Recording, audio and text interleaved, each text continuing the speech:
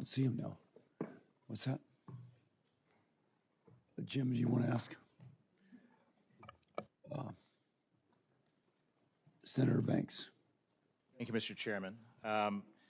Dr. Schwinn, you've been nominated to help eliminate the very department that you're going to work for, or at least to help dismantle a huge bureaucracy. And I want to ask you, I mean, technically, how do we do it? How do we dismantle a huge bureaucracy and send important decisions about education back to the states? You have an expertise, a background on the role of the states versus the onerous bureaucratic role of the federal government. Give us a technical take on how do we get there? Thank you, Senator. I appreciate that and certainly appreciate the work that Indiana's done in this space. So first and foremost, I think it is important, and I would certainly work, if confirmed, with the Secretary and with Congress on any actions related to the role of the department.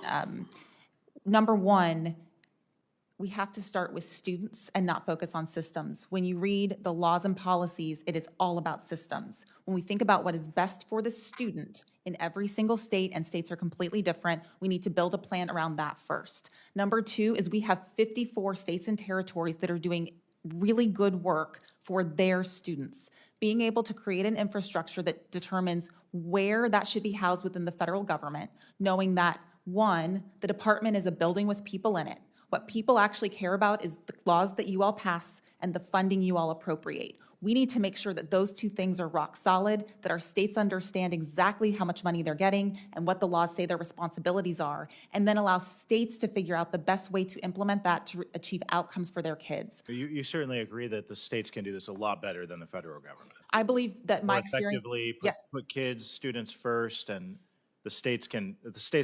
all 50 states can accomplish this better than what the federal government does. The best outcomes that we got in Tennessee were with dollars that were completely flexible and allowed us to make the best decisions for our students without any kind of categorical restrictions, because we could figure out what our students need and make decisions aligned to those needs.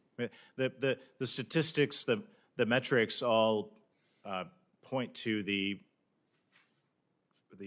decades of having a federal Department of Education as a total failure, right? I mean, it's failed at its objective, which is to educate our kids and support our kids and teachers and schools and administrators and families in the states. And there's no doubt about it that the state of Indiana can run these programs better than the federal government.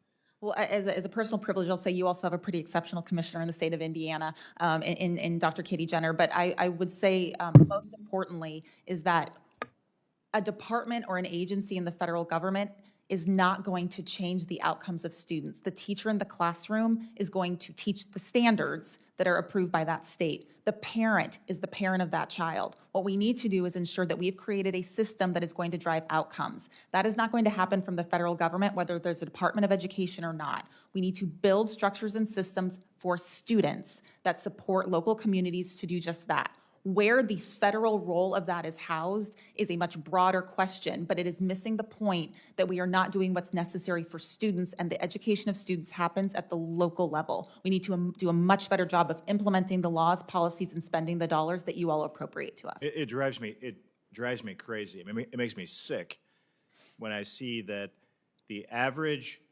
on average, a bureaucrat at the Federal Department of Education makes twice as much money than a teacher in Indiana on average. I mean, who does the Department of Education work for?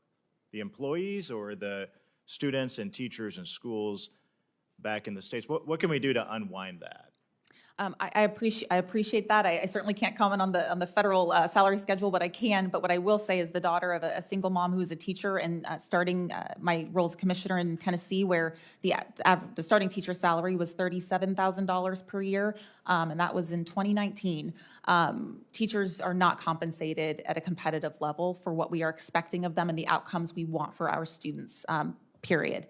I do believe that when we look at compensation at the federal level, there's some opportunity costs. We spend a lot of money, and we have to figure out how we use those resources. If we just look at, for example, every $10 million that we spend on whether that's compensation, operations, et cetera, what that translates to in Tennessee is $5 million gave AP Access for All. That's 14 AP classes, free for every single one of the high school students in our state. The other $5 million is 20% of my third graders get high dosage tutoring. And so it's a little bit of a trade-off. For every $10 million we spend on wasted bureaucracy, that's what my kids could get. Those are taxpayer dollars off kitchen tables. Teachers should be paid a lot more. Bureaucrats in Washington should be paid a lot less. And I just want to draw your attention, Senator Rounds from South Dakota has a bill returning education to our states act. And if you're not familiar with it, I hope that you will be before you head over to the department, and we can work together to pass it. Thank you. I yield back. Thank you, sir. Thank you, Senator Banks. Now, Senator Markey.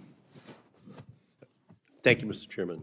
Mr. Keeling, I am working with Senator Padilla to protect workers from excessive heat. And I hope you're going to commit to working with us to ensure that OSHA issues a final workplace